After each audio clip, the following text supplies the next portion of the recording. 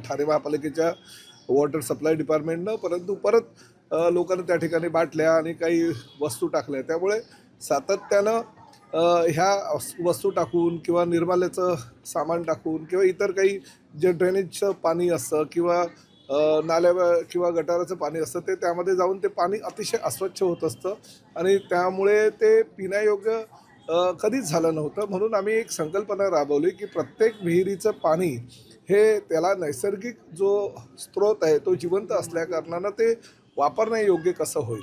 आणि त्यामुळे एकनाथ शिंदे साहेब राज्याचे मुख्यमंत्री असताना मी एक प्रपोजल त्यांच्याकडे दिलं, जे आमच्या ठाणे महापालिकेच्या आणि मीरा भाईंदरच्या वॉटर सप्लाय डिपार्टमेंटनं माझ्याकडे दिलं होतं.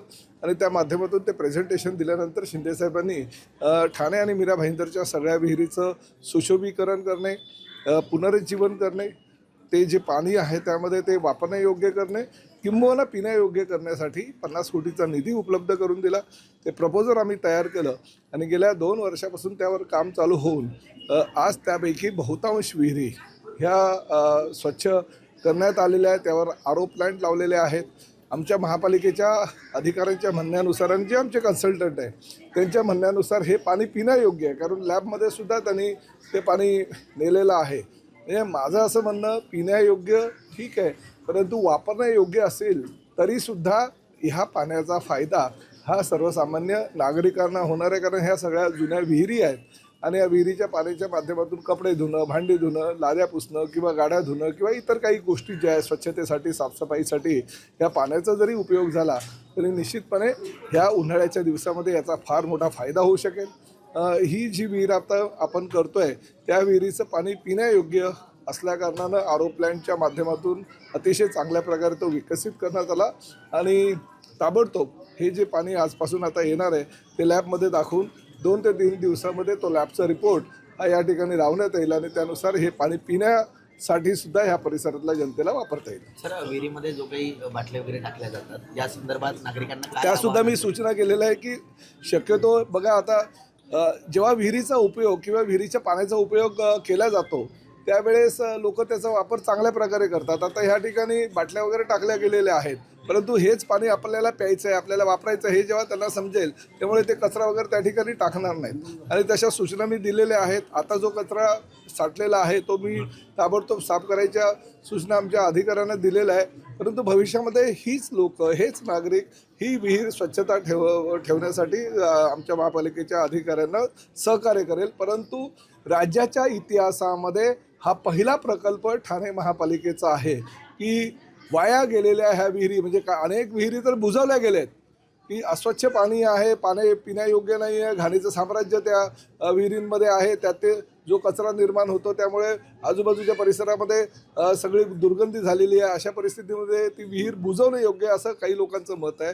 परंतु आम्ही ह्या विहिरी बुजवल्या नाही, नैसर्गिक पाण्याचे स्रोत कायम ठेवून हे पाणी पिण्यायोग्य, वापरण्यायोग्य आम्ही केलेलं आहे. म्हणजे महाराष्ट्राच्या इतिहासामध्ये मुख्यमंत्री पदावर कार्यरत असताना एकनाथ शिंदे साहेबांनी जे सहकार्य केलं त्या सहकार्यामुळे आम्ही हे करू शकलो आणि ह्याचा फार मोठ्या प्रमाणात फायदा सर्वसामान्य जनतेला होणार आहे. कारण मी ऐकलं आहे की मुंबई महापालिकेमध्ये पाणी कपात आता होते आजपासून.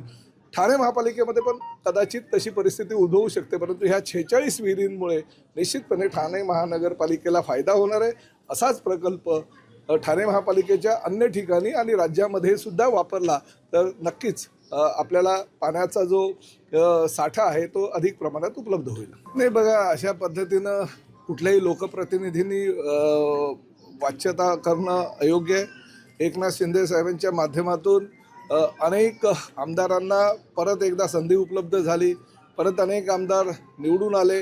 एकनाथ शिंदे साहेबांचा चेहरा आणि धनुष्यबाण, बाळासाहेबांचे विचार, धर्मवीर आनंदगे साहेबांचे विचार घेऊन आम्ही मार्गक्रमण करत होतो. म्हणून एकनाथ शिंदे साहेबांचे 60 आमदार ह्या राज्यामध्ये स्वतःच्या ताकदीवर निवडून आले आणि हे एकनाथ शिंदे साहेबांकडे बघून त्यांनी जर निवडून दिलं असेल तर महेश शिंदेसारख्या एखाद्या आमदारानं असं वाक्य बोलणं चुकीचं आहे. खरं तर महेश शिंदे यांनी स्वतःच्या पत्नीला जिल्हा परिषदेच्या अध्यक्षपदासाठी बंडखोरी करून उमेदवारी दिली आणि शिवसेनेच्या आपल्या लोकांचा पराभव केला. ते कुठेतरी शिवसेनेच्या विरोधामध्येच आहे असं चित्र आधी आम्हाला दिसत होतं. परंतु ठीक आहे, आता आमदार म्हणून एकनाथ शिंदे साहेबांच्या आशीर्वादानं निवडून आलेले आहे. भविष्यामध्ये कळेल त्यांना की स्वतःच्या ताकदीवर कोण निवडून येतो आणि एकनाथ शिंदे साहेबांच्या आशीर्वादानं कोण निवडून येतं. काही बघा, काळ कोणासाठी थांबत नसतो. 3-3.5 वर्षानंतर परत विधानसभा आहेतच ना. 100% विसरले हो. शिवसेनेच्या 4 अक्षरावर तुम्ही निवडून येता, बाळासाहेबांच्या विचारावर निवडून येता. एकनाथ शिंदे साहेबांचा जो करिश्मा आहे, त्यांची जी ताकद आहे, लाडक्या बहिणींसाठी केलेलं त्यांचं जे योगदान आहे, त्या योगदानाच्या जीवावर तुम्ही निवडून येत असाल आणि आज जर पक्षाच्या विरोधामध्ये अशी जर तुमची भूमिका होत असेल तर निश्चितपणे आमच्यासारख्या ज्येष्ठ मंत्र्यांनी त्याचा निषेध करणं योग्य होईल. की आता जे खळखट्याक करत होते, रिक्षावाल्यांच्या कानाखाली वाजवत होते, त्यांना आता शाळा चालू करायची वेळ आलेली आहे. त्यामुळे त्यांचं स्वागतच आहे.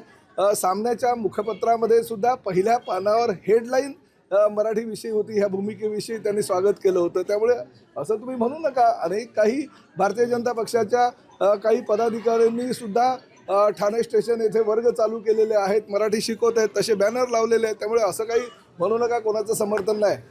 समर्थन प्रत्येकाचं आहे जो महाराष्ट्राचा आहे, समर्थन प्रत्येकाचं आहे जो मराठी आहे. संजय राऊत असं म्हणतात, जुन्या आडनावाचे उल्लेख करून कुठे खिल्ली उडवतात. ठीक आहे, असे धमक्या देखील आपल्याला नाही, एवढं काही फरक पडणार नाही. मराठीसाठीच मी सगळं भोगायला तयार आहे. असे सोडली तर इतर कोणत्याही पक्षाने आपल्याला बॅकिंग केलं नाही, समर्थन नाही. तुम्हाला कदाचित एक गोष्ट आज मोठा मोर्चा देखील निघतो आहे.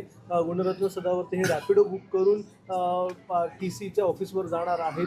तर काय वाटतं या नाही, एक गोष्ट आहे बघा, कुणीही कितीही विरोधासाठी किंवा काही संघटनेच्या युनियनच्या स्वार्थासाठी किंवा त्यांच्या फायद्यासाठी जर अशा पद्धतीचं वक्तव्य केलं असेल किंवा अशा माझ्या घेतलेल्या भूमिकेचा निषेध केला असेल तर ते मी पुढे कशा प्रकारे वागायचं हे मी ठरवणारच आहे. याचं कारण असं आहे की मी स्पष्टपणे सांगितलेलं आहे की आता मीरा भाईंदर शहरामध्ये जी लोक ज्यांच्याकडे मराठी येत नाही अशा लोकांची छाननी आमची चालू आहे आणि 29 तारखेला त्याचा मला रिपोर्ट येणार आहे. त्यानंतर मी 30 तारखेला बैठकसुद्धा RTOच्या अधिकाऱ्यांची बोलवलेली. परंतु हा निर्णय आहे हा प्रताप सरनाईकने आता परिवहन मंत्री झाल्यानंतर घेतलेला नाही आहे. हा निर्णय 2019 सालचा आहे. आणि काय चुकीचं बोललो प्रताप सरनाईक, महाराष्ट्रामध्ये जर कोणाला व्यवसाय करायचा असेल, महाराष्ट्रामध्ये रिक्षा चालवायची असेल, महाराष्ट्रामध्ये टॅक्सी चालवायची असेल तर त्या ड्रायव्हरला मराठी समजण्या इतपत त्या ड्रायव्हरला मराठी आलं पाहिजे. म्हणजे महाराष्ट्रामध्ये व्यवसाय करायचा, गुणगान मात्र हिंदीचे गायचे असं योग्य नाही. आता तुम्ही साऊथमध्ये जा, केरळामध्ये काही हिंदीमध्ये बोललं जातं का, आंध्रामध्ये हिंदीमध्ये बोललं जातं का, तेलंगणामध्ये हिंदीमध्ये बोललं जातं का, कर्नाटकामध्ये हिंदीमध्ये बोललं जातं का, मद्रासमध्ये हिंदीमध्ये बोललं जातं का. म्हणजे माझं असं म्हणणं, साऊथमध्ये हा हिंदी नावाचा प्रकार नाही, ते स्वतःच्या भाषेमध्ये बोलत असतात. मग मराठीबद्दल अभिमान असणं हे महाराष्ट्रातल्या माणसाला काही चुकीचं आहे का. आणि हा निर्णय हा मी घेतला नाही, 2019 साली राज्य शासनानं हा निर्णय घेतलेला आहे. फक्त त्याची अंमलबजावणी होते की नाही याची मी शहानिशा करतो आहे. एक गोष्ट नक्की की महाराष्ट्रामध्ये जर व्यवसाय करायचा असेल तर मराठी अनिवार्य आहे आणि त्यामुळे RTOच्या माध्यमातून 1 मेपासूनची आमची मोहीम जी आहे ती कायम राहील. काही संघटनांनी माझ्याकडेही मागणी केलेली आहे. काही मागण्या जर आमच्याकडे आल्या तर त्याचा निश्चितपणे विचार केला जाईल. त्यांनी जर काही योग्य प्रकारे मागणी केली की आम्हाला वेळ हवा आहे, आम्हाला अशा पद्धतीनं तो नियम लागू जर केला तर आमची काही हरकत नाही. काही संघटनांनी केलं आहे, काही पक्षांनी माझ्याकडे केलं आहे, निश्चितपणे त्यावर विचार केला जाईल. परंतु पूर्ण सरसकट मराठी आम्ही बोलणारच नाही आणि आम्ही तुम्हाला जे करायचं ते करा, आम्ही मोर्चे काढू, आंदोलन करू, अशा आंदोलनाला आणि अशा मोर्चांना प्रताप सरनाईक भीक घालणार नाही. महाराष्ट्रामध्ये जर व्यवसाय करायचा असेल तर मराठी अनिवार्य आहे आणि 1 मेपासून ती मोहीम आमची चालू होणार आहे. सर, मनसेने आपल्या निर्णयाचं नाही, त्यांच्याविषयी ते काय म्हणाले, खोटं बोललं. आम्ही तर जरा खरं जे आहे ते खरं बोलतो आणि खऱ्याने आम्ही चालत असतो.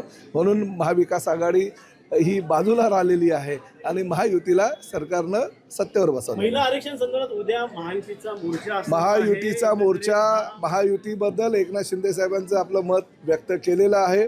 पूर्णपणे महायुतीच्या माध्यमातून एकनाथ शिंदे साहेब ज्या पद्धतीनं ज्या लोकांनी महिला आरक्षणाला विरोध केला त्यांच्या विरोधामध्ये आवाज उचलणार आहे.